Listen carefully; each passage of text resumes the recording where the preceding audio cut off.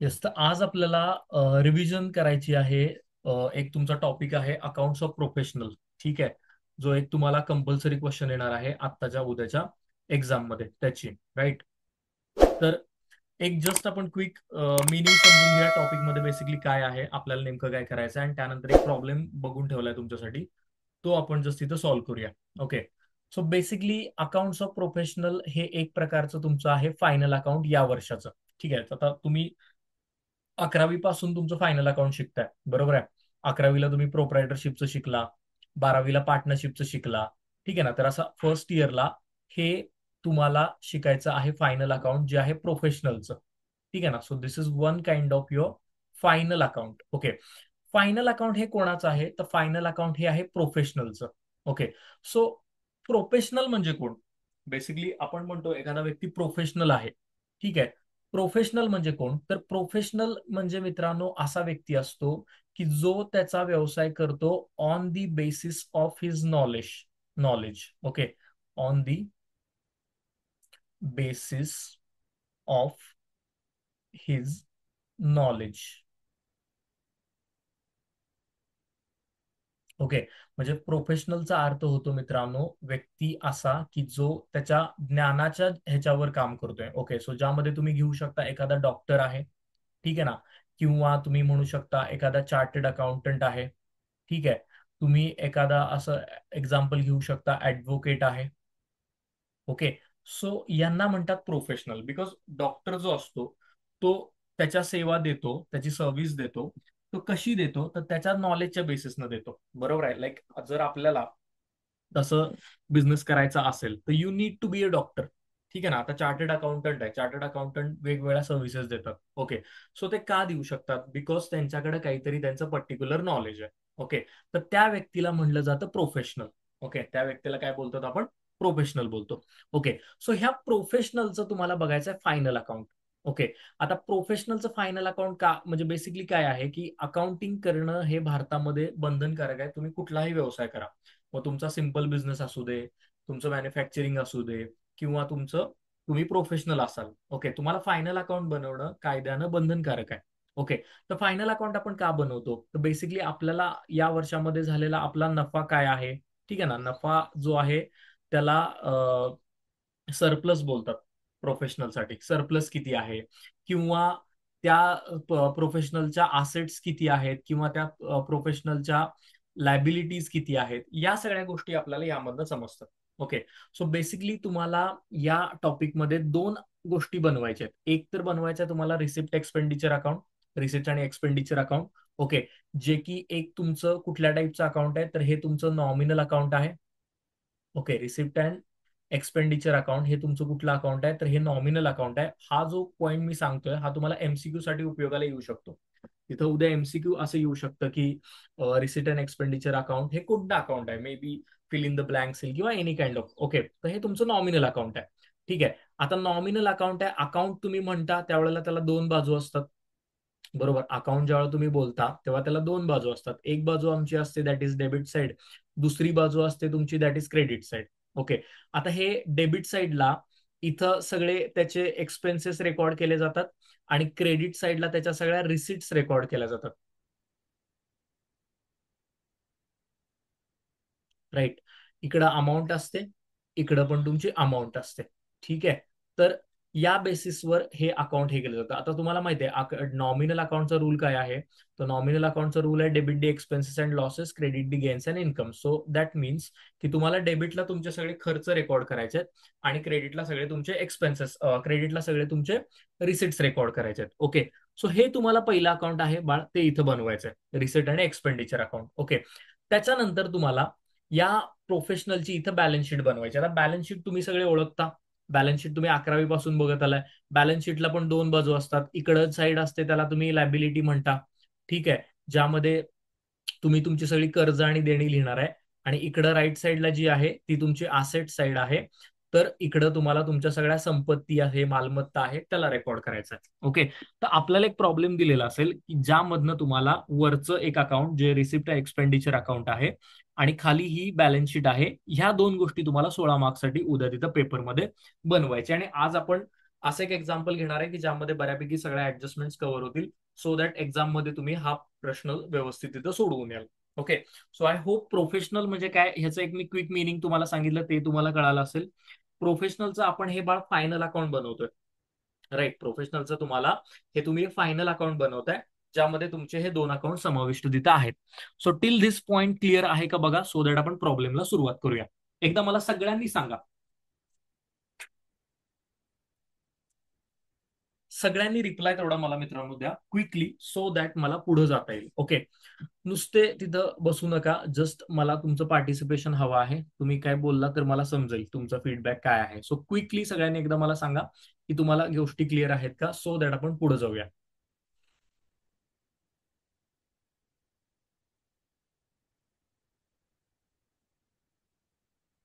Quickly बोला, सगळे बोला. Quickly quickly quickly. Yes Pragya clear आहे. ओके चलो नेक्स्ट. अजून समजले का सगळ्यांना? जाऊया का पुढे?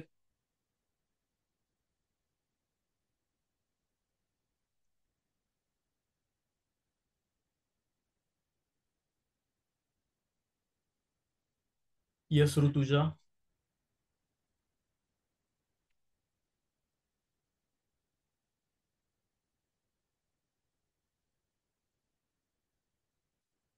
चलो ठीक आहे. तर हा बघा इथं प्रॉब्लेम तुम्हाला काय दिलेला आहे.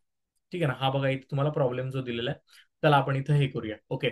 सो प्रॉब्लेम बेसिकली काय दिलाय इथं बघा. तर प्रॉब्लेम नंबर 5 आहे. Doctor Jeetu Bajaj started his medical practice on 1 April 1991. He gives you the following receipts and payment account for the year 91-92. Okay. तर आता हे तुम्हाला इथं जे प्रॉब्लेम मध्ये दिलेलं आहे अकाउंट, ते मित्रांनो तुमचं अकाउंट आहे रिसिप्ट आणि पेमेंट अकाउंट. ओके. तुम्हाला प्रॉब्लेम मध्ये जे अकाउंट तुम्हाला प्रोव्हाइड केलेलं आहे ते आहे तुमचं रिसिट अँड पेमेंट अकाउंट. आता ह्या अकाउंटला काय आहे, तर ह्या अकाउंटला ही जी डेबिट साईड आहे, ह्या डेबिट साईडला तुम्हाला सगळ्या तुमच्या रिसिप्ट दिलेल्या आहेत. ओके. या डेबिट साईडला इथं तुम्हाला तुमच्या सगळ्या रिसिप्ट दिलेल्या आहेत. ओके. आणि ही जी क्रेडिट साईड आहे, या क्रेडिट साईडला तुम्हाला तुमचे सगळे एक्सपेन्सेस दिलेले आहेत. ओके. तर आता ह्या मध्ये काही रिसिट्स आहेत आणि काही इथं लॅबिलिटी सुद्धा आहेत. आणि इथं डेबिटला एक्सपेन्सेस आहेत आणि इथं काही असेट सुद्धा आहेत. ठीक आहे. तर हे मिक्स तुम्हाला दिलेलं आहे. रिसिट्स आणि लॅबिलिटीज डेबिटला आहेत आणि एक्सपेन्सेस आणि असेट जे आहेत त्या इथं क्रेडिट साईडला तुम्हाला प्रोव्हाइड केलेले आहेत. ओके. आता हे तुम्हाला बायफर्केट करता येते, हा एक तुम्हाला सोपा टॉपिक आहे. आता कसं करायचं ते आपण बघूया. आफ्टर दॅट इथं खाली काही ऍडजस्टमेंट दिल्यात. ऍडजस्टमेंटवर एक नजर टाकूया. बघा, पहिली ऍडजस्टमेंट इथं तुम्हाला दिलेली आहे, that is fees from the visits 2,000 and dispensary receipts 1,000 are still to be received. Okay. इथंपर्यंत एक ऍडजस्टमेंट आहे की जी आहे फी तुमच्या आणि डिस्पेन्सरी रिसिट्स या स्टील टू बी रिसिव्ड म्हणजे आउटस्टँडिंग आहेत असं ते बोलतात. ठीक आहे. आफ्टर दॅट इथं सेकंड ऍडजस्टमेंट बघा, 2,000 salary to nurse is outstanding. Okay. एका नर्सची सॅलरी आहे ती आउटस्टँडिंग आहे 2,000 रुपये. Next third one, medicine still are in hand ₹8,600. मेडिसिनचा काही स्टॉक शिल्लक आहे, दॅट इज 8600. त्यानंतर नेक्स्ट ऍडजस्टमेंट इथे दिलेली आहे, furniture, surgical equipment, ECG equipment and x ray machines are to be depreciated at 20% each. प्रत्येक असेटला 20%चं डिप्रिसिएशन आहे आणि इथं तुम्हाला अकाउंट जे आहेत ते इथं बघा प्रिपेअर करायला सांगितलेले तिथं आहेत. Okay.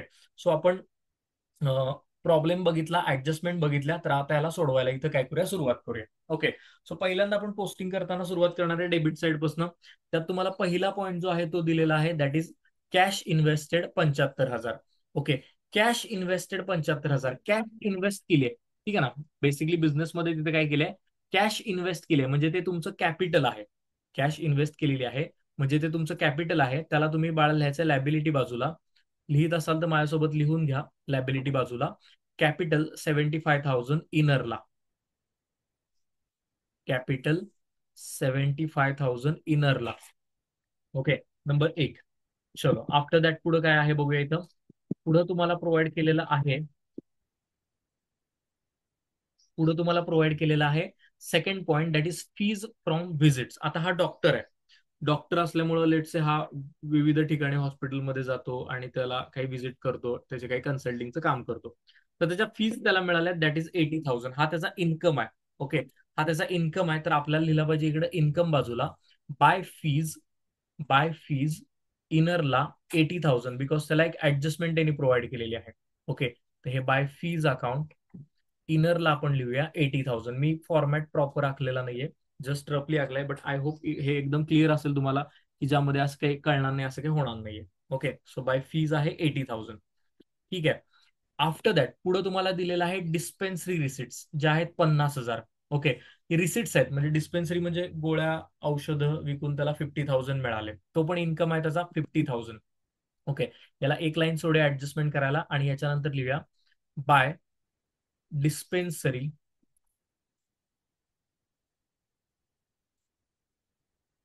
Receipts, by dispensary receipts हे पण इनरला लिहूया 50,000 बिकॉज याला पण आउटस्टँडिंगची ऍडजस्टमेंट त्यांनी दिलेली आहे. तर हे झाले 50,000. ओके, चलो आफ्टर दॅट तुम्हाला दिले याच्यानंतर सन्ड्रीज. ओके, सन्ड्री म्हणजे किरकोळ उत्पन्न किंवा सामान्य इन्कम, जो दिलाय तुम्हाला 1,000. ओके, तर सन्ड्री इन्कम लिहूया 1,000. याला एक लाईन सोडूया आणि इथं लिहून घेऊया बाय सन्ड्री इन्कम अकाउंट आउटरला. आता ह्याला काय ऍडजस्टमेंट नाहीये, सो दॅट आउटरला लिहूया आपण जे आहे तुमचं 1,000. ओके, आउटरला लिहूया जे आहे तुमचं 1,000. Okay, right. So I hope तुम्हाला हे 3 पॉईंट कळाले असतील. ते इन्कम होते, त्यामुळे आपण त्याला इन्कमला मित्रांनो लिहून घेतलेलं आहे. ठीक आहे, हे इन्कम होते, तर ह्याला आपण इन्कमला लिहून घेतले. आय होप इथंपर्यंत कुणाला काही प्रॉब्लेम तिथं नसावा. राईट, चलो आय होप क्लिअर असेल एवढं सगळं तुम्हाला. तर आपण पुढे जाऊया. याच्यानंतर बघा पुढे तुम्हाला काय दिलेलं आहे. तर आता क्रेडिटला खर्च आणि असेट्स मिक्स दिलेत बघा. पहिला आहे मेडिसिन. मेडिसिनला आय गेस खाली ऍडजस्टमेंट आहे. येस, 22,000 मेडिसिन त्यानं खरेदी केली म्हणजे खर्च झाला 22,000चा. तर इथं डेबिटला आपण त्याला लिहूया, हे एक्सपेंडिचर आहे म्हटल्यावर टू मेडिसिन 22,000. त्याला ऍडजस्टमेंट आहे, सो दॅट मी इनरला लिहितोय 22,000 रुपये. मेडिसिन्स 22,000. ओके, चलो याच्यानंतर बघा पुढे काय आहे. फर्निचर. फर्निचर आहे 18,000 रुपये. ओके, फर्निचर ही आपली असेट आहे बाळ, बरोबर. असेट आहे म्हटल्यावर त्याला असेटला लिहिलं पाहिजे इकडे बॅलन्स शीटला. तर इथं फर्निचर जे की आहे तुमचं 18,000. ओके, जे की आहे तुमचं 18,000 रुपये. ओके, फर्निचर आहे 18,000. क्लिअर आहे, हे झालं फर्निचर. फर्निचरच्या नंतर नेक्स्ट काय दिले तुम्हाला. नेक्स्ट दिले नर्सची सॅलरी 10,000. ह्याला ऍडजस्टमेंट आहे. Okay, nurse salary 10,000. आता हा सॅलरी हा खर्च आहे, तर एक्सपेंडिचरला टू, ह्याला मी नुसतं सॅलरी लिहितो, salary account that is 10,000. Okay, अकाउंटलेस राहिलं. ठीक आहे, सॅलरी हे झाली तुमची 10,000. एक्सपेंडिचर आहे सिंपल, एक एक पॉईंट वाचायचा आहे तुम्हाला शांतपणे, आणि तो काय आहे बघायचा आहे. एक्सपेंडिचर असेल तर इकडे या अकाउंटला, असेट असेल तर खाली लिहून घ्यायचा आहे. ओके, चलिये. आफ्टर दॅट पुढे तुम्हाला दिले रेंट. रेंट आहे 16,000. रेंट हा पण खर्च आहे 16,000 रुपये. तर इथंच येणार आहे, त्याला ऍडजस्टमेंट नाही आहे, त्यामुळे डायरेक्ट आउटरला आपण लिहू शकतो 16,000 रुपये that is rent. Okay, rent आहे 16,000. नेक्स्ट काय दिले. Surgical equipment 20,000. आता इक्विपमेंट, इक्विपमेंट हे तुमचं असेट आहे, ठीक आहे ना, 20,000. तर ह्याला इथं लिहूया इक्विपमेंट 20,000. चलो, असेट आहे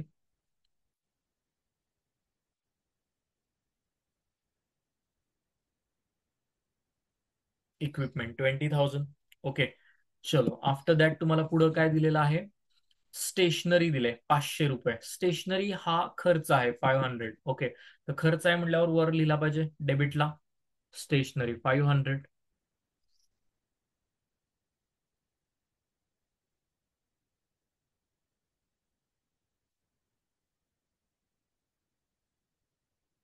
stationery account 500. Right, after that बघा काय आहे. Subscription to journals. जर्नल्स म्हणजे वृत्तपत्र, मासिक, हा खर्च जो 1,000 रुपये आहे जर्नल्स. ओके. खर्च आहे म्हटल्यावर आपण इथे एक्सपेंडिचरला लिहूया 1,000. त्याला आपण म्हणूया to journals.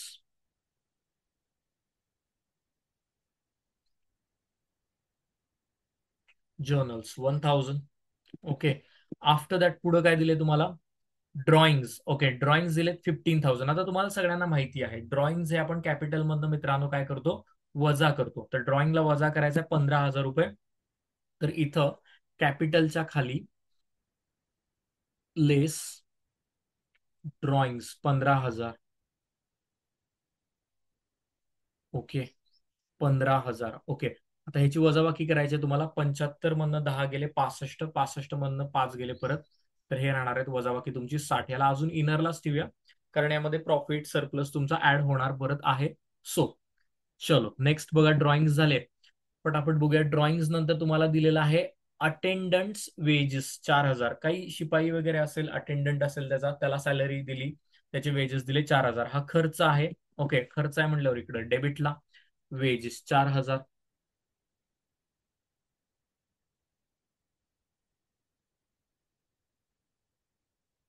Wedges account 4,000. Okay. चलो वेजेस 4,000 झाले. याच्यानंतर परत पुढे काय दिले तुम्हाला? याच्यानंतर पुढे दिले तुम्हाला ईसीजी इक्विपमेंट 20,000. ईसीजी इक्विपमेंट हे इक्विपमेंट आहे, असेट आहे 20,000. ओके. तर असेट आहे तर मी ह्याला बॅलन्स शीटला लिहिणार. इथं मी लिहितो this is your ECG equipment 20,000.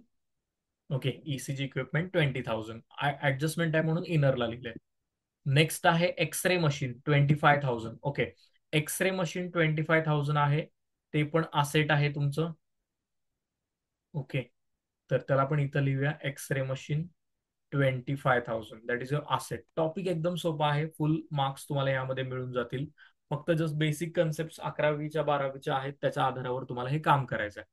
Okay. First year पर्यंत अकाउंट एकदम, ह्या सेमिस्टरचं तुमचं हे अकाउंट आहे हे सोपं आहे.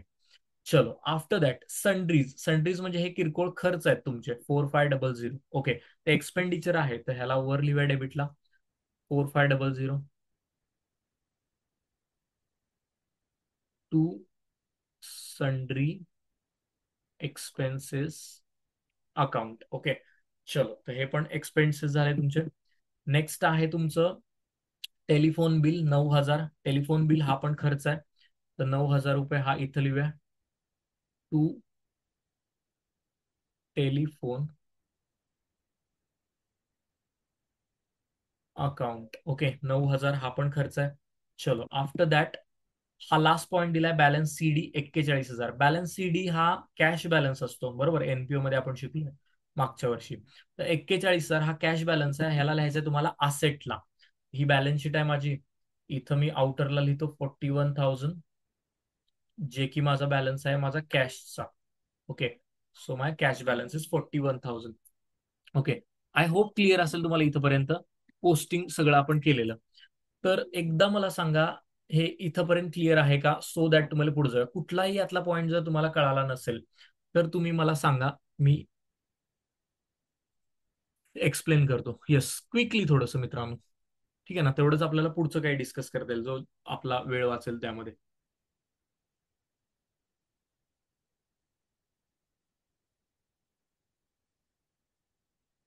क्विकली एकदा बोला की इथपर्यंतचं पोस्टिंग सगळं क्लिअर आहे का, जे की तुम्हाला इथं स्क्रीनमध्ये दिसतंय.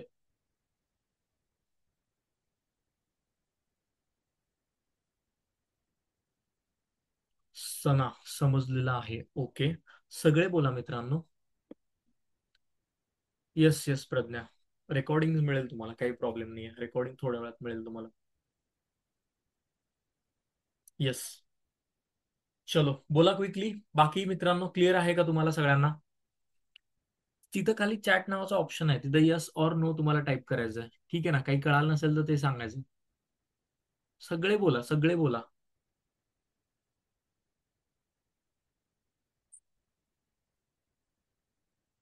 Yes Rutuja.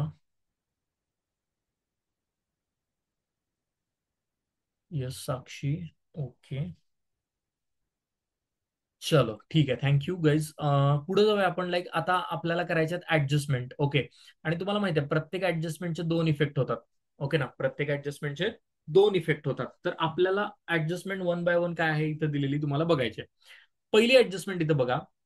Fees from the visits 2,000 and dispensary receipts 1,000 are still to be received. एवढीच आहे. फीज, व्हिजिट फीज 2,000 आणि डिस्पेन्सरीचे 1,000 अजून येणं बाकी आहे. आता ते आउटस्टँडिंग आहे. आउटस्टँडिंग इन्कमची ऍडजस्टमेंट पेपरला तुम्हाला 100% येणारच आहे. ओके. आता आउटस्टँडिंग असेल तर 12वी पासून आपण काय करतो, तर आपण त्याला त्यामध्ये ऍड करतो. बरोबर आहे. तर इथं बघा, हे फीज तुमचे आहेत 2,000 रुपये. त्या फीज मध्ये ह्याला ऍड करायचं आहे पहिली गोष्ट, जे इथं आपण ऍड करूया. आउटस्टँडिंग काय असेल तर इन्कम असू दे किंवा एक्सपेंडिचर, त्याला आपण पहिला ऍड करतो फर्स्ट इफेक्ट. तर फीज मध्ये मी ह्याला ऍड करतो. Add outstanding 2,000. ठीक आहे. बघा मित्रांनो, 80 + 2 तोंडी हिशोब आहे, जो की तुमचा आउटरला जाणार आहे 82,000, 82,000. ओके. आणि ह्याच्यानंतर आणि काय दिले तुम्हाला, तर 1,000 हे डिस्पेन्सरीचे आउटस्टँडिंग आहे. तर आता हे डिस्पेन्सरी इथे आहे बघा, ह्याचे 1,000 आउटस्टँडिंग आहेत. ओके. तर ह्याला पण लगेचच ऍड करून घेऊया, म्हणजे दोन्ही ऍडजस्टमेंटचा फर्स्ट इफेक्ट आपण केला. ओके. सो 80 वर हे 82 झाले आणि हे खाली 51 झाले. ओके. हे झाले तुमचे इन्कम, जे दोन यायचे पैसे बाकी आहेत त्याला ऍड केलं. आता मग मित्रांनो, हे आउटस्टँडिंग काय आहे तुमचं, तर रिसिट्स आउटस्टँडिंग आहे. म्हणजेच एक प्रकारे तुमचा इन्कम येणं बाकी आहे. म्हणजे हे दोन पॉईंट आहेत, हे 2,000 आणि हे 1,000, हे तुम्हाला येणार आहे. मग आता एखादं येणं असेल तर आसेटमध्ये आपण त्याला लिहितो आसेटमध्ये. बरोबर. एखादी गोष्ट पैसे येणार असतील तर ती असते आपली आसेट. ओके. तर त्याला त्याचा दुसरा इफेक्ट जो आहे तो तुम्हाला करायचा आहे आसेट साईडला. Outstanding income, outstanding income. त्यामध्ये दोन गोष्टी आहेत. नंबर एक आहे फीज आणि नंबर दोन आहे तुमचं dispensary.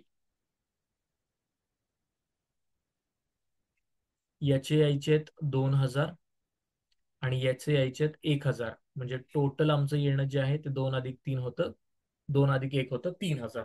Okay. So first effect करायचा इन्कम मध्ये ऍड. सेकंड इफेक्ट पैसे येणार आहेत म्हणून असेट साईडला. का असेट साईडला लिहिले हे महत्वाचं आहे. पाठ नुसतं करून उपयोगाचं नाहीये. ओके ना. इथं मी काय बोलतोय तुम्हाला, की बाबा पैसे यायचेत. बरोबर का. आणि म्हणून येणं असतं ते आम्ही as per the accounting rule असेटला लिहितो, म्हणून त्याला मी असेटला लिहिले. There should be a reason. घोकंपट्टी नको आहे. ते रिझन पाहिजे तिथं आपल्याला, तर आपल्याला सब्जेक्ट कळेल. ठीक आहे ना. सब्जेक्ट समजणं महत्वाचं आहे.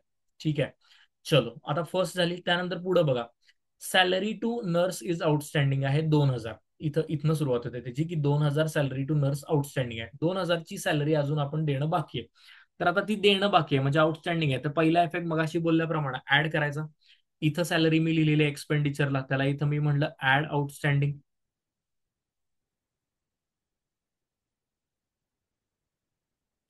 2,000 तोंडी हिशोब आहे. 10+2 किती होतात? 12.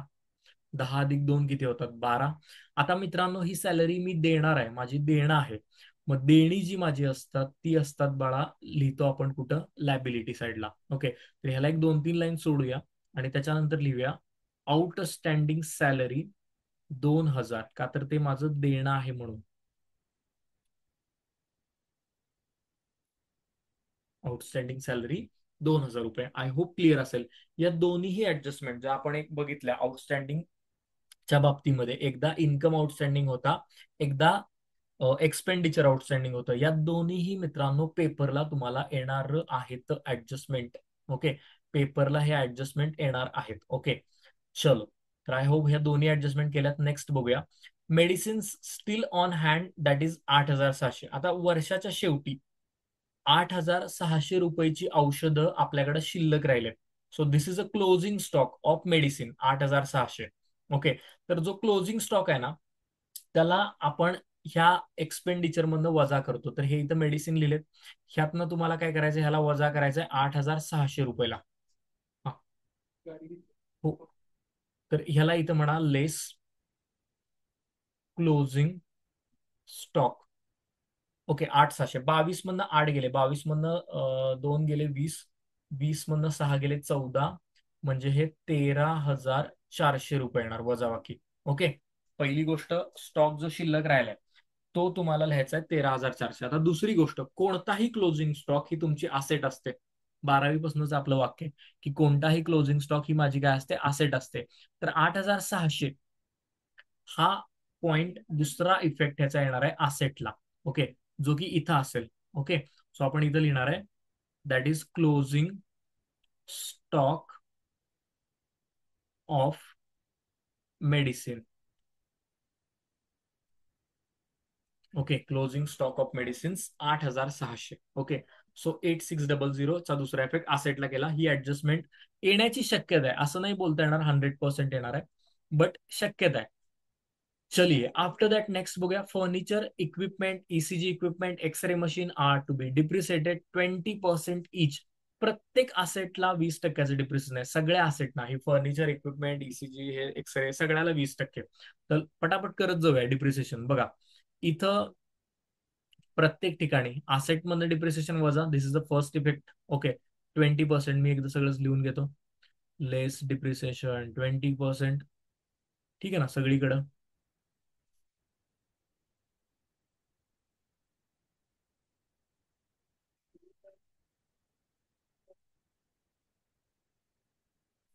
18च्या 20%, 18 दूनी 36, हे 3600. 18तनं 3 गेले 15, 15तनं 600 गेले 15, 14,400. परत हे 4,000, 16, 20चे हे परत 4,000, हे परत 16, 25 दूनी 50, म्हणजे हे 5,000, हे झाले 20,000. ओके, तर बघा हे टोटल डिप्रिसिएशन मी इथंच मोजतो. हे 5 आणि हे 4 9, 9 आणि हे 4 13, 13 आणि 3 हे 16, आणि हे वरचे 600. म्हणजे मित्रांनो 16,600 रुपये झालं टोटल डिप्रिसिएशन. ह्याला मी वर लिहितो जागा कमी आहे म्हणून. तर हे इथं लिहिलं 16,600 रुपये. हे आहे तुमचं डिप्रिसिएशन टू डिप्रिसिएशन अकाउंट. मी याला शॉर्टकट मारलाय बिकॉज माझ्याकडे थोडी जागा कमी पडली म्हणून. ओके, तर प्रॉब्लेम्स झालेला आहे हा सगळा आपला. त्याला क्लोज करायचा फक्त बाकी आहे. त्याला फटाफट आपण क्लोज करून घेऊया. पण मला एक जस्ट क्विकली सांगा, क्लोज काय कसंही तुम्हाला पण करता येतो. हे तुम्हाला झालेलं जे आहे ते कळालंय का? झालेला भाग जो आहे तो इथपर्यंत कळालाय का? एकदा क्विकली सांगा. क्विकली सांगा, एकदा कळालाय का?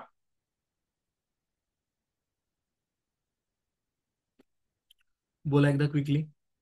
सगळे बोला मित्रांनो. तुम्ही रिस्पॉन्ड पटपट पट करत नाहीये असं का मित्रांनो? तुम्ही रिस्पॉन्ड जर चांगलं केलं तर मला तुमच्यासाठी बरंच काही करता येईल. सो ठीक आहे, आता तुम्ही एक काम करा, की हा प्रॉब्लेम तुम्ही क्लोज करा. इन्कम साईडची टोटल करा, त्यातनं एक्सपेन्सेस वजा करा, तुम्हाला सरप्लस मिळेल. आणि सरप्लस कॅपिटलमध्ये ऍड करा. ओके, सरप्लस कॅपिटलमध्ये ऍड करा, सो दॅट तुम्हाला तुमचं फायनल आन्सर भेटेल. ठीक आहे. येस, तर ठीक आहे. आणि तुम्हाला सांगा, मला दुसरा आपण लेटसे उद्या रिव्हिजन आणि उद्या आणि क्लास घेतला तर तुम्हाला कुठल्या टॉपिकची रिव्हिजन करायचे? तुम्ही सांगाल त्या टॉपिकची करूया. तुम्ही मला सांगा कुठल्या टॉपिकची करायची, मेसेज करा, सो मी त्याला करू शकू काम आपण त्यावर.